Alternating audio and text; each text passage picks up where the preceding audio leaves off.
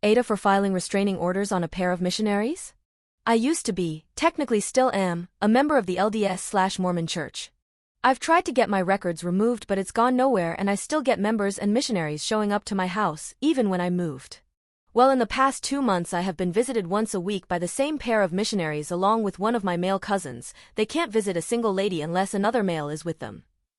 I tell them each week to stop visiting and tell whichever cousin they bring that it's not welcome, necessary, or funny and they really need to stop.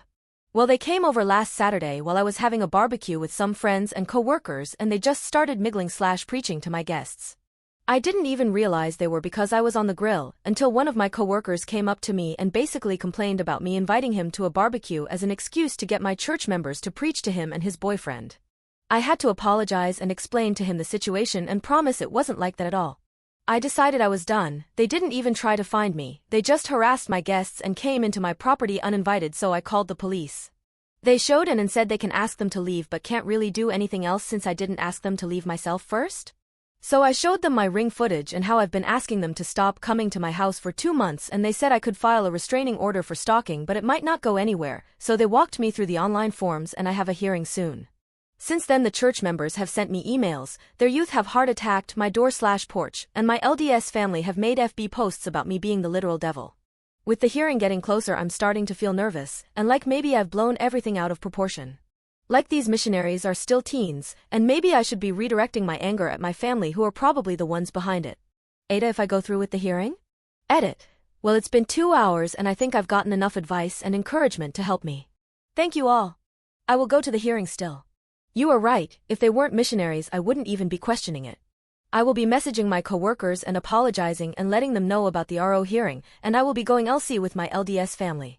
And for those that asked, heart attacking is taping paper hearts with Book of Mormon and Bible quotes and little I miss you notes to people's front door/windows/porches. I have also been told that it's literally love bombing, which I never noticed before.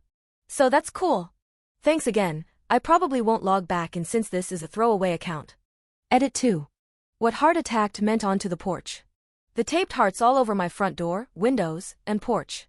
They had writing on it with Book of Mormon and Bible verses, or little notes like "we miss you." Things like that. They left a plate of sugar cookies in the shape of hearts. Update. Hello all. I said that I wouldn't be logging in again, but these last 2 months have been very draining for me and I thought writing everything down and putting my feelings out might make me feel better. So here's an update. 2 days before the hearing, my uncle, who is also the ward bishop for the elders, showed up to my house with the missionaries. I took the advice on my post and only spoke with them through my Ring app. I told them if they didn't leave I would be called the police. One elder left to sit in the car and my uncle and the other elder stayed at my door. My uncle told me that I was being dramatic and that I'm too sensitive. That me protecting my safe space was going to ruin a young man's life. I told them that I put in a request for a RO and that they knew this and were still harass me. My uncle said they weren't going to leave until I came out and talked to them like an adult so we could solve this restraining order issue without the courts. I told them to leave again and I called the police when it was obvious they weren't going to. The cops showed up and trespassed my uncle and arrested the missionary that did not go to the car. I explained to them about the hearing that was going to happen and showed them my footage of them trying to get me to not go to the hearing. I felt really bad and I still do, and I know a lot of you are going to say I shouldn't but I do. I spent the 2 days after that getting calls and texts from people I love calling me all sorts of terrible things and telling me I'm a disappointment. The guy I've been talking to had to take my phone away from me and block everyone because he knew I wouldn't, uneasy face. I went to the hearing and was granted the RO for harassment.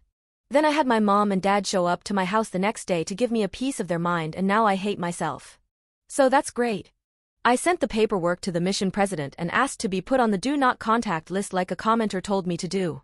I was told that the missionary that was arrested had his visa revoked so they are sending him back home early. I was basically told if anything happens to him before they can get him a flight home it's my fault. People have posted about me getting innocent men into trouble and wanting my own kind deported on social media. Even though he wasn't deported, his visa was just revoked. So I've had my house egged, rocks thrown at my windows, and ice bags left on my porch for the last month. Even some of my friends and co-workers who told me to go through with the RO are saying I went too far. But I didn't know he was here on a visa. As far as I know, he's back home and safe. But that's it, that's the update. My friends, family, and co-workers hates me and I hate myself too. But hey, at least I'm not minorly inconvenienced by missionaries and awkward 5 minutes conversations anymore.